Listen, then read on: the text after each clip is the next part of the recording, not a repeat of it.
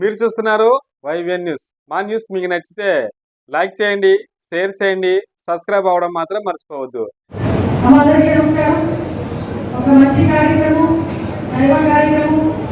ఆ దైవ కార్యక్రమానికి దైవ సంకల్పం పేరిట ఈరోజు పాండురంగ స్వామి టెంపుల్కి ఆలయ కమిటీ చైర్మన్గా ఈరోజు సోదరుడు మసూర్ నారాయణరావు గారు, అదేవిధంగా ఈ కమిటీ సభ్యులు మన శ్రీమతి డి లక్ష్మి గారు, శ్రీ వెంకట సత్యనారాయణ గారు, గంపల్ శ్రీదాస్ గారు, శ్రీ టి శివాజీరావు గారు, శ్రీమతి ఆర్ కమలాదేవి గారు, శ్రీమతి చెరుకూరి కుమారి గారు, శ్రీమతి పి స్వాతి గారు, శ్రీ శ్రీ నాగేశ్వరరావు గారు,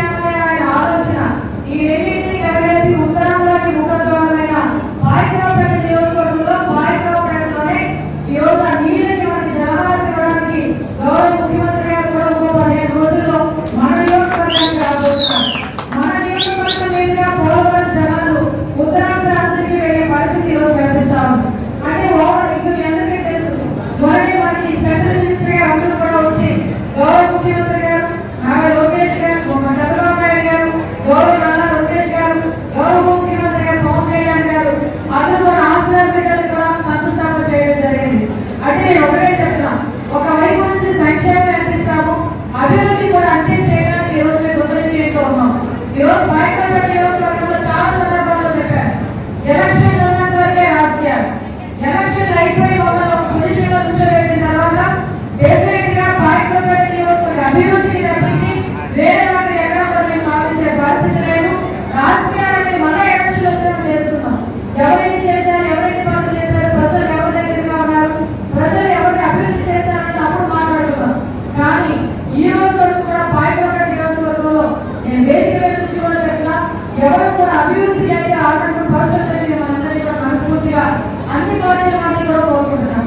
ఈ రోజు మీ అందరికీ తెలియాలి, ఒకవైపు నుంచి సంక్షేమ కార్యక్రమాలు, తల్లి వందలు అనేక కార్యక్రమాలు ఉంటాయి. ఈ రోజు అత్యధికంగా ప్రతిష్టాత్మకమైన భోగాపురం ఎయిర్పోర్ట్ నిన్ననే చూసి వచ్చానమ్మా. శంషాబాద్ ఎయిర్పోర్ట్ ఎలా ఉందో ఈ రోజు భోగాపురం ఎయిర్పోర్ట్ అంతగా బాగుందని చెప్పడానికి నిజంగా చాలా గర్వపడుతున్నాం. ఈ రోజు చాలా మంది ఏమవుతున్నారంటే విశాఖపట్నానికి ఎయిర్పోర్ట్ అక్కడ నుంచి తీసేసి భోగాపురం పంపిస్తారంట, చాలా ఘోరంగా అవుతున్నారు. మీరంతా కూడా వెళ్ళి ఒకసారి చూడాలి.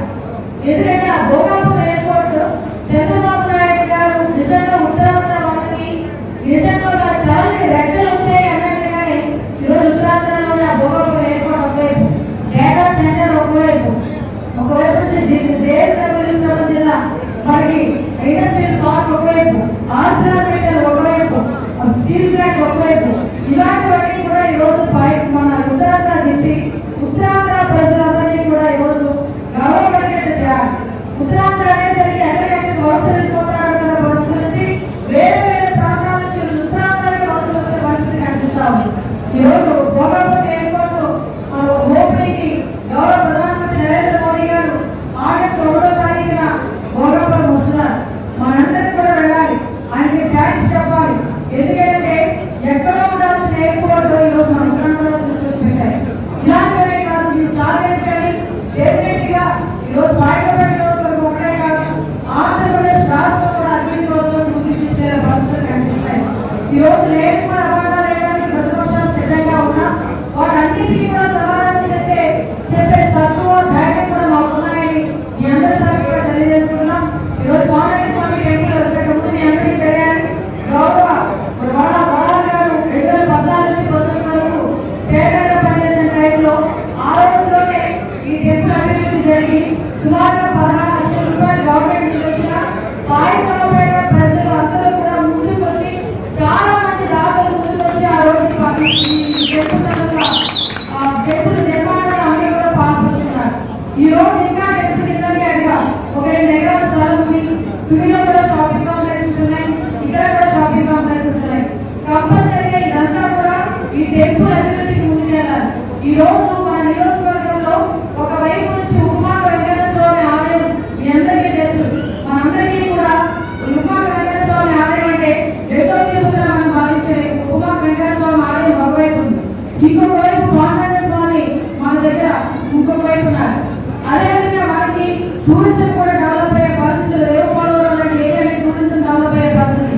ఒక పక్క నుంచి ఇండస్ట్రియల్ పార్క్ కానీ ఆర్సిఆర్బిటల్ కానీ, ఒకవైపు నుంచి వ్యవసాయం, అంటే అన్ని కలిపి ఉన్న నియోజకవర్గం ఏదైనా ఉందంటే అది బాయికపేట నియోజకవర్గం ఒకటే.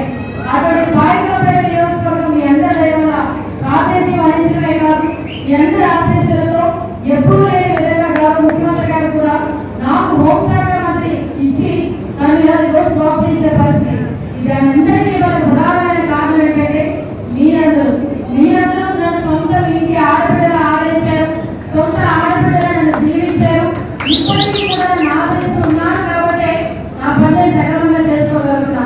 ఈ రోజు ఈ పాలకులను అందరినీ ఒకటే చెప్తున్నా, అమ్మ ఈరోజు ప్రమాణ స్వీకారం చేశారు అంటే ఇది ఒక పండగ మీరు అనుకుంటున్నారు, మీ మీద బాధ్యత పెరిగింది అని నేను చెప్తున్నా.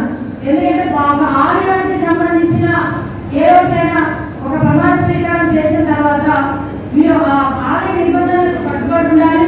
అదేవిధంగా మనం చేసే ప్రతి పని కూడా ప్రతి మంది ప్రజలు కూడా గమనిస్తూ ఉంటారు. 10 మందికి